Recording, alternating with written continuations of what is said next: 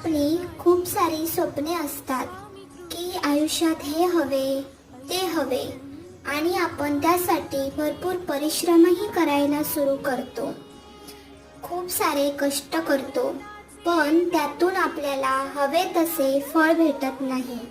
मग आपण विचार करतो की या कामात यश काही आपल्या नशिबात नाही.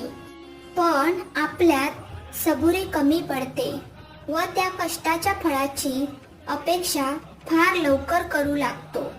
त्यावेळी आपल्या हे लक्षात यायला हवे की आपल्या यशाचा पाया भक्कम होत आहे. भलेही त्याचा परिणाम आपल्याला दिसत नसेल, पण भविष्य काळात आपल्याला जे भेटणार आहे त्याची तयारी आपलं नशीब आणि आपले केलेले कर्म आपल्यासाठी करत असते.